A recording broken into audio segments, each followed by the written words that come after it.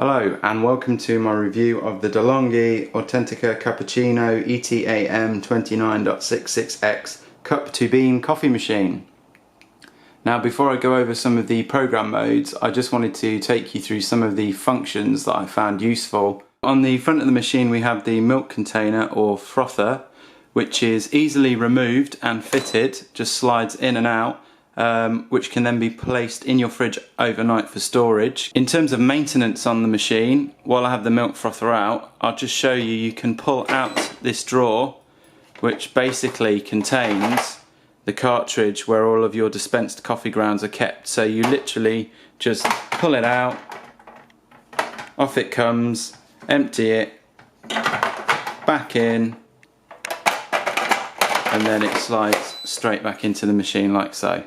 If we then come round to the side of the machine, there's this door which lets you access the infuser for cleaning and maintenance purposes. If we go up on top of the machine, we have our cup warmer, which is self-explanatory, and then we also have our pod or hopper for your coffee beans. It's important to note that you can use both filter coffee, pre-ground, or your own beans, which you can then set the fineness of the beans to determine how much crema you have on your cup. Finally, at the very back of the machine we have the water tank, which holds 1.3 litres of water, which is more than enough for 10 to 14 cups of coffee. So you'll be glad to know that you're not constantly filling up the reservoir to make a cup. So now onto the important part, actually making a cup of coffee. So I'm just going to go through a couple of these buttons. Starting on the top here, we have this button which not only is a selection button, but it also is the hot water dispensing button. So when you don't have the milk frother in here, you can take that out, you have a little nozzle, and you can dispense hot water should you be a tea drinker. Again, you can set the temperature and you can set the quantity of water through the menu settings. You've got the menu settings button here, to go into the menu and out of the menu, and then these two buttons here cycle through the options of the subcategories in the menu. So if I go into the menu, you've got things like rinsing, descale, in-store filter, just time, auto start. Most of these are self-explanatory.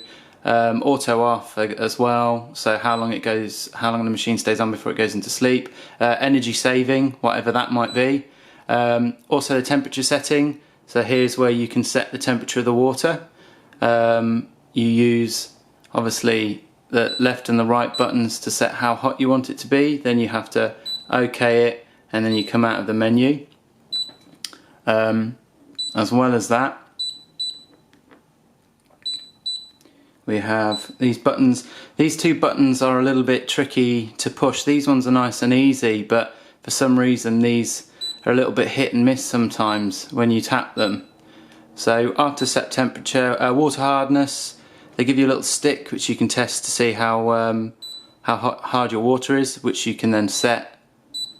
And then what else have we got here? Language, obviously mine being English. Beep enabled. If you really hate the beep noise, you can turn it off, and then you can also reset the machine back to its default value. So if you've been making adjustments to some of the coffee tastes and you decide you want to restore it to its factory settings, then you can do that here. There's also a handy little statistics which gives you an idea of how many cups of coffee and how many milk dispensers you've done, so that might be handy if you're wanting to descale. And then you've got, as I said, this rinsing. We're back to the rinsing and descale menus now. These buttons along the bottom are basically for automatic operation. So you've got the doppio button, long coffee button, cappuccino, single cup coffee and double cup coffee. So that's if you don't want to mess around with all these little settings within the menu. The only other button we have here is a milk menu, which is basically where you can set, I need to come out of that, which is basically where you can set the type of milk you want for your coffee. So you can say if you want a cafe latte, then obviously you'd select that. Or we've also got an option for latte macchiato, and my favourite flat white, and then just plain old hot milk. So you dispense one of those and then obviously you add your coffee accordingly. Now I'm going to show you how easy it is to kind of make a cup of coffee. So in order to make a cappuccino, or similarly through the milk menu if you're wanting to make a latte or a flat white, you need to set on the milk frother the value or the amount of frothiness that you want your milk. Once you're ready and you've done that, it's just as simple as hitting the cappuccino button, and you'll notice that it says preparation underway.